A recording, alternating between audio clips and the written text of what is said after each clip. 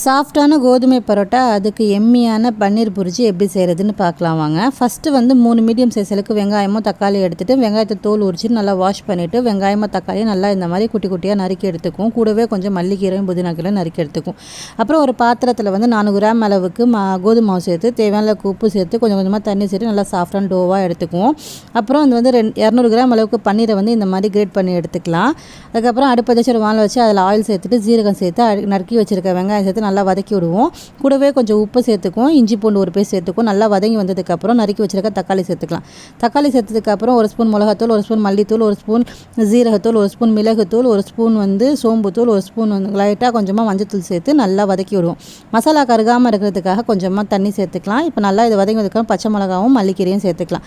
இந்த பன்னீர் வந்து நான் வீட்டிலேயே செஞ்சதா. இதுக்கான ரெசிபியும் லிங்க் கொடுக்குறேன், அதை நீங்கள் கண்டிப்பாக செக் பண்ணி பாருங்கள். இதனால் கிரேட் பண்ணியிருக்க பன்னீரும் சேர்த்து நல்லா வதக்கி விட்டு ஒரு 5 நிமிஷம். அதுக்கப்புறம் நான் கடைசியில் பார்த்தோம் அப்படின்னாக்கா நல்லா இந்த மாதிரி தண்ணி சைடில் விட்டுருக்கோம். அவ்வளோதான், பன்னீர் பிடிச்சி ரெடி ஆகிடுச்சு.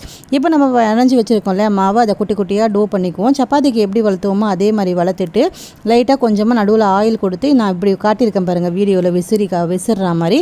இதே மாதிரி விசிறி வந்து நம்ம எடுத்து வச்சுக்கலாம். திருப்பியும் காட்டுறேன் பாருங்கள், உங்களுக்கு தெரியணும்னு சொல்லிட்டு இந்த மாதிரி விசிறி மாதிரி எடுத்து வச்சுட்டிங்க அப்படின்னாக்கா பரோட்டா வந்து ரொம்ப சூப்பராக வரும், சாஃப்டாக வரும். அதுக்கப்புறம் அந்த விசிறி வச்சுருக்கிறத வந்து நம்ம அப்படியே இந்த மாதிரி போட்டு எடுத்தோம் அப்படின்னாக்கா விரிச்சு சாஃப்டாக வரும். இதை நம்ம கல்லில் போட்டுட்டு அழகாக சூப்பராக முன்னாடியும் வந்து நல்லா ரோஸ்ட் பண்ணி எடுத்துக்குவோம். இப்போ இதை ரோஸ்ட் பண்ணி எடுத்ததை வந்து நம்ம அப்படியே வந்து கீழே போட்டு தட்டிக்குவோம். நம்ம பரோட்டா வந்து சூப்பராக ரெடி ஆகிடும். நல்லா சாஃப்டாக லேயராக இருக்கும். ஒரு வாட்டி ட்ரை பண்ணி பாருங்கள், செம்மையாக இருக்கும். இப்போ நம்ம செஞ்சு வச்சுருக்கிற சப்பாத்தியும் பன்னீர் புரிஜியும் சூப்பர் டேஸ்ட்டாக இருக்கும். கண்டிப்பாக ட்ரை பண்ணி பாருட்டு எப்படி இருக்குன்னு சொல்லிட்டு கமெண்ட் பண்ணுங்கள். பாய்.